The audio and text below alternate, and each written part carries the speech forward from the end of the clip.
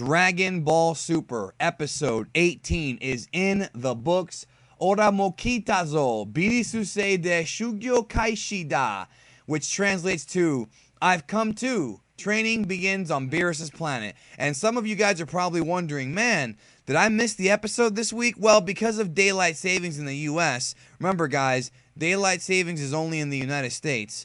Well, I don't know about only, but I think North America, South America too. I don't freaking know. But anyways, it's not in Japan. All right, it ain't in Japan. So Dragon Ball Super is not going to be airing at 7 p.m. Eastern on Fuji TV. So if you're on the East Coast of the U.S., 7 p.m. Eastern. Anyways, this episode right here, as I said, is beginning the.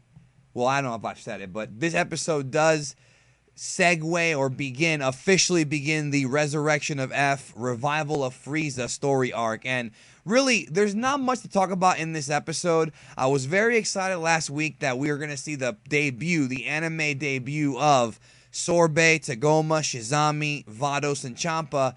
And as expected, they saved it for like the last 2 minutes of the episode. Very typical Dragon Ball stuff. They didn't promote it too much, but this is very typical of Dragon Ball. So, really, this episode was all about establishing Vegeta and Goku training with Whis. And the episode begins with Goku arriving and with Whis, and Vegeta greets him. Vegeta, of course, very, very respectful of Whis, and Vegeta kind of gives Goku the story that they have to do chores, essentially. They have to take care of Lord Beerus. I guess it's part of the agreement to train or whatever the case may be. So Vegeta gives Goku a big tour of the place. Beerus is asleep, of course, just totally knocked out. And a big chunk of this episode, the first entire half, is just pure comedy here. Goku cleaning up, I guess you could say, or whatever, after Beerus. They're wearing maids' outfits. Kind of wacky, but also a little bit pointless, I will say. I mean, I'll be honest with you guys.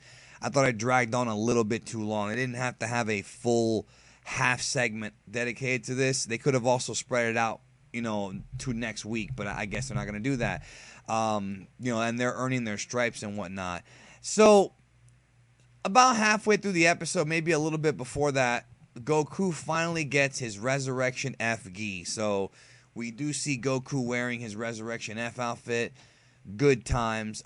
It was a fun time. It was just, I thought it went on a little bit too long. We actually saw a glimpse of Goku and Vegeta's room at Beerus' place, which looks like a damn hotel. And we find out that Vegeta can indeed sense God Ki. Goku pretty much admits right there that Vegeta is stronger than him. So those of you Vegeta fans keeping tabs at home, he is indeed now stronger than Goku for the fourth time in the series, if you include like Z and everything. He was stronger than Goku when he first showed up. Even though Goku had the Kaioken, he still was physically stronger, internally, or base form. He was stronger than Goku on Namek for a very short time because Goku was still recovering in the hospital. He was stronger than Goku when they fought 19 because Goku had his heart attack. So yeah, this will be time number 4. If I'm missing one, let me know in the comment section. Oh, when he got out of the Room of Spirit and Time and he fought Cell. So this will be number 5. Vegeta has indeed surpassed Goku. So yes, we now know for sure that he can sense God Ki, which is a little bit of a letdown because a lot of people wanted to see Vegeta unlock the red-haired SS God. I don't know if they're going to skip that or if Whis taught Vegeta an alternate way to get to that form. If there is an alternate way other than using the God ritual, I really hope it's explained very, very soon. I don't want them to just do it and then have us just be like, oh, okay, and just swallow it. That's not what I want, okay? I don't want that. I want an explanation about how Vegeta is able to get Super Saiyan Blue or SS God SS without you doing the ritual. Like, there has to be another method. Unless he did do the ritual, or maybe they're going to do the ritual with Goku. I don't know. But as of right now, Vegeta can sense God Ki. They did the spot from the movie where Whis steps in shit. They redid that for this as well. So they kept some of the jokes and carried it over from the Resurrection F movie. And speaking of Resurrection F, the final, 3 minutes of the episode cut away. And yes, indeed, we see as expected, Tagoma, Sorbet, and Shizami. And they're on a ship, and they're freaking out over an explosion. What the hell is going on here? Of course, if you read the Toyotaro manga, you know what the hell's going on. Oh, and we also see, I forgot to mention this, we see a little bit of that training with Whis, and they basically, we see the training like from the movie, and we're going to see more of it next episode. And basically, it was said that Goku and Vegeta are training in their base forms because it's more effective in the long run, okay? Pretty much means that they are essentially powering up their base forms, their Saiyan Beyond God forms, and it sounds like, you know, that's going to be the key to unlocking SS, GSS, or SS Blue. That's what it sounds like to me. It makes sense. It does make sense that they're going to train their base forms with this newly found God power. There's a fun little thing here where they're on this platform and they had to lift these biceps. I didn't even mention this. And it was pretty cool because there's like a pit and like the platform's like disappearing. It's almost like a mini game in a video game or something. And then they tell them that if they fall off the platform that keeps vanishing behind them, they'll be trapped in another dimension, unable to return. Which is kind of a funny little pun right there based on the ocean dub of Dragon Ball Z. Anyway, so they're in space, right? Sorbet and Tagoma and them, and some shit has gone down. Something is going on, and they're freaking out. They're freaking out because, you know, they need to go resurrect Frieza now because their forces are dwindling. And pretty much Sorbet just says one line about Frieza and just fucking leaves. And then we see him at last. Champa is there with Vados, and Champa and Vados, what a great debut. They play this music and they zoom from like his feet up to the top, which is a typical Dragon Ball like kind of way they show somebody for the first time.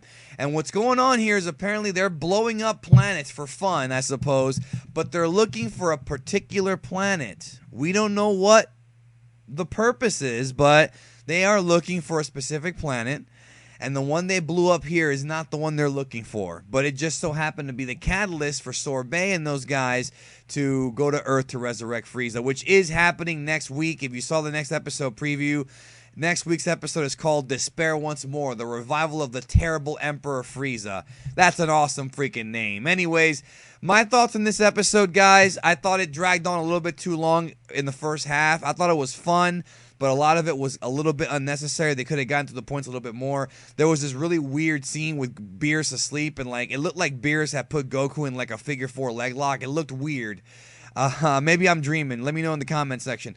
And like, you know, it kind of went on a little bit too long. Maybe because it might be just my own like thoughts because I wanted to see Champa like real bad and Sorbet and Tagoma. I guess I was expecting more, but I guess we'll see that next time. And then the last 3 minutes were totally worth it, though, because you see them at last. You see that we are indeed in the resurrection of F, or the revival of F arc, and that's pretty much where we're at. So looking forward to next week's episode. The legendary Ryusei Nakao will be returning to voice Frieza. Those of you know that there was an anime convention way back in like April, I think, or May, and I did a video about how Ryusei Nakao said in the convention that he would be in Super, and I remember speculating that, you know, is he going to play Frieza in a flashback? Because we didn't know that Super was going to retell Resurrection F the movie. We didn't know that back then. So he says this at the convention. I remember doing the video about it, and the last thing I thought of was that Frieza was actually going to come back. And I suppose that if it's a retelling of the story, technically he's back, but he's not really like, it's not like a new Frieza story. But the bottom line is that I'm happy that Ryusei Nakao will be returning to voice Frieza one more time. And I am looking forward to the eventual announcement of the English dub of Dragon Ball Super. No announcement yet. I know some of you guys are wondering, and if there's an announcement, you'll get it on this channel. Dino will talk about it. Everybody in the community will talk about it. You will know for sure. When you see 4 or 5 videos pop up talking about Dragon Ball Super English dub announced officially, you'll know it's real. It's not announced yet as of this recording, as of this video, but when it does, I am looking forward to Chris Ayres reprising his role as Frieza because he was so fantastic in the Resurrection F movie. I think it's going to be great. And I know some people have asked, okay, what other changes are they going to make? Because people really want Goten and Trunks to fight in this thing. We'll see. I have my doubts, but we'll see. Anyways, thanks again. Love you guys. and I'll catch y'all down the road.